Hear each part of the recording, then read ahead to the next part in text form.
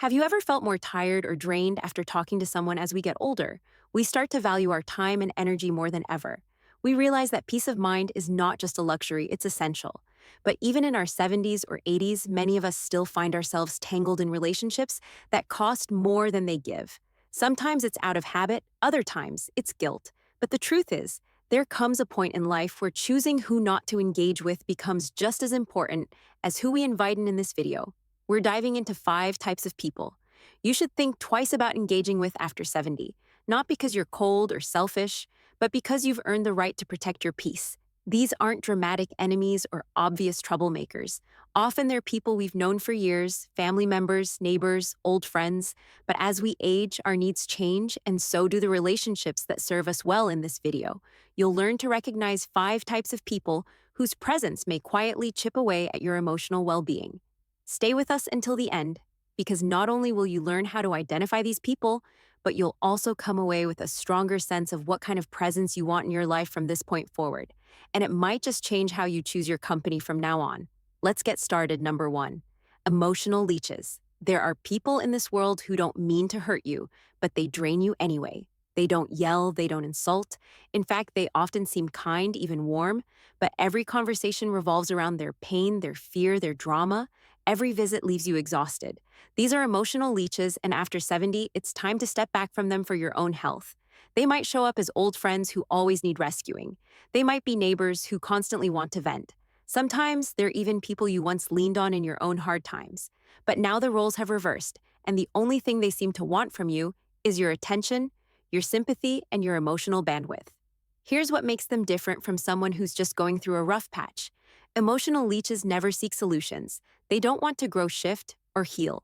They want to circle the same worries over and over and bring you along for the ride. At first, it may feel like you're being a good listener, but over time, you start to notice you're the one carrying the heaviness when they leave. And that weight adds up.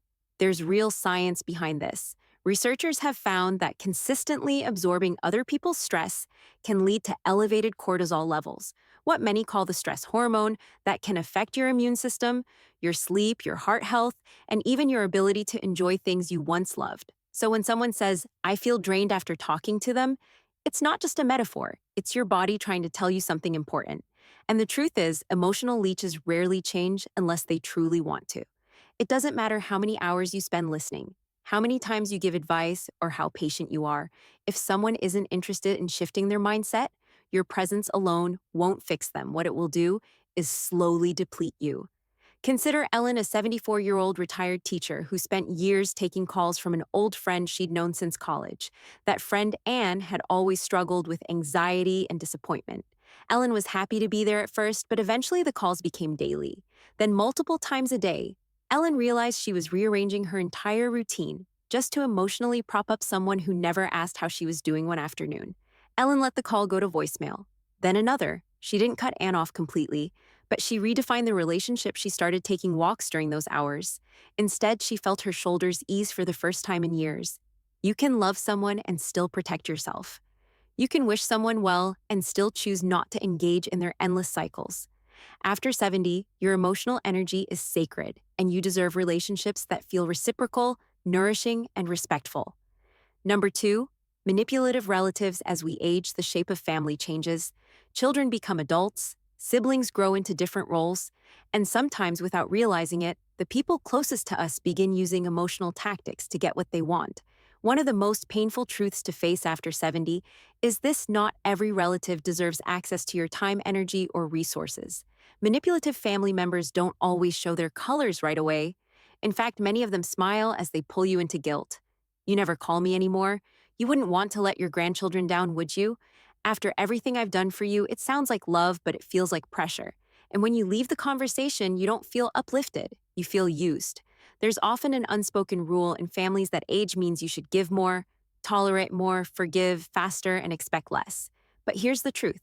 Just because you're older doesn't mean your boundaries should shrink. In fact, this is the time in your life when they should be clearest. Let's be honest. Many older adults carry a quiet fear of being left out or forgotten by family. Manipulative relatives know this, and sometimes, whether they mean to or not, they use it against you. They'll lean on your fear of being alone to get favors, money, help, or emotional labor that you don't truly have to give. And over time, you begin to question your own instincts. Am I being selfish? Am I the problem? But deep down, you know the difference between a request and a manipulation. The second one always leaves you uneasy. It's important to trust that feeling. Take, for instance, Martha, a 78-year-old grandmother who had spent the last few years babysitting for her daughter every weekend. What started as an occasional favor slowly turned into an unspoken expectation. No gratitude, no flexibility, no choice. Just a constant undercurrent of guilt. One day, Martha finally said, I love my grandchildren deeply, but I also want my weekends back. The backlash she feared never really came, and the freedom she felt afterward priceless. This isn't about cutting ties or turning your back on family, it's about redefining what love looks like. Healthy love doesn't manipulate shame or trap you in silent contracts. It respects your boundaries, your time, and your right to say no. You are not here to serve everyone else until your last breath. You're here to enjoy the time you have left, and that means surrounding yourself with people who love you freely, not people who love you only when it benefits them. If you're still watching this video and finding these insights valuable, please comment number 2 below to let me know you're here. And if you haven't subscribed yet, I recommend you subscribe and turn on the bell so you don't miss any videos. Your support helps us continue creating good content to inform and inspire you. Now let's move forward.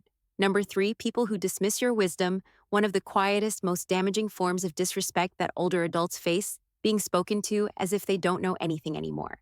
You may have noticed it. It can show up in the way someone interrupts you, corrects you mid-sentence, or waves off your opinion with a smile that says, "You're from another time."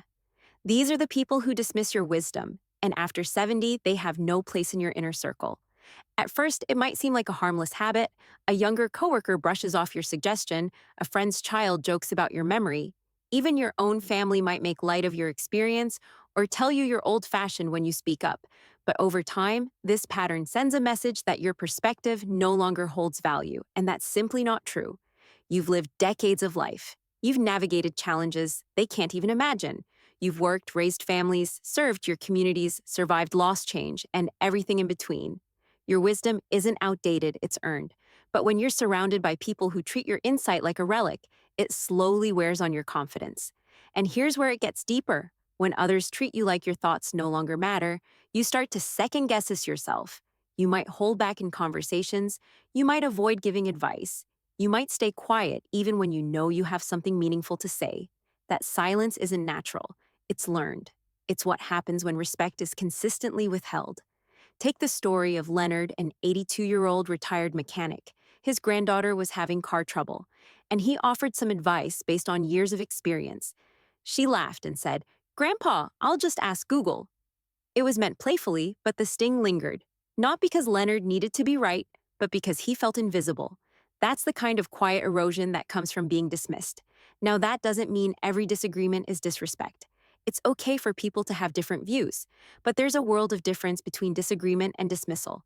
One invites dialogue, the other shuts you out after 70. You deserve to be in rooms literal or metaphorical where your words are heard, your thoughts are respected, and your stories are welcomed. And it's not just about you. It's about what you model for others when you demand respect. You show your grandchildren and community that aging is not a decline. It's a rising, a deepening, a time of clarity, not irrelevance. You are not a backup dancer in someone else's life. You're the main act of your own. And anyone who consistently treats your voice as background noise doesn't belong center stage. You don't have to argue, you don't have to fight for space. You can simply choose to spend your time with people who see your value, not just for what you've done, but for who you are now. That choice, quiet as it may be, is one of the most powerful acts of self-respect. There is number 4, chronic complainers. One of the clearest signs that someone might not belong in your inner circle anymore is when they never seem to have anything good to say. No matter the day, the weather, the company, they always find a way to bring the mood down. These are the chronic complainers, and if you're over 70, they can quietly become one of the biggest drains on your emotional energy. You know the type you sit down at a cafe or a family gathering, and before your coffee even cools, they're already needing a story about how everything is going wrong. Their neighbor's dog, the news, the government, their dinner, their doctor, nothing ever seems to go right for them. And while at first you might feel tempted to listen to help, to show kindness, it starts to take a toll. Why does it matter? Because after 70, Your energy is no longer something you should spend recklessly. You've spent a lifetime being there for others, supporting friends through hard times, carrying emotional weight that wasn't yours now. It's your time, and people who constantly complain without making an effort to change anything don't just waste your time. They steal your joy bit by bit. Psychologists call this emotional contagion, the idea that someone else's mood can quietly become your own. Sit long enough with someone who's bitter or negative, and you'll start to carry that same heaviness, even if nothing is wrong in your own life. And as you age, your emotional environment matters more than ever. It impacts your physical health, your motivation, even your memory and sleep patterns. Take, for example, Harold, a 75-year-old widower who used to meet weekly with a group of longtime friends over time. He realized he left each gathering feeling worse than he did going in. Why? Because one member of the group, a man he'd known for decades, never had a kind word to say about anything. Eventually, Harold made a gentle but firm decision. He'd still see the group, but only in smaller settings that didn't include that friend. He said it changed everything. He started enjoying the time again, feeling lighter, more himself. The truth is, it's okay to choose joy.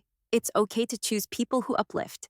Not unload. Being a good person doesn't mean being everyone's dumping ground.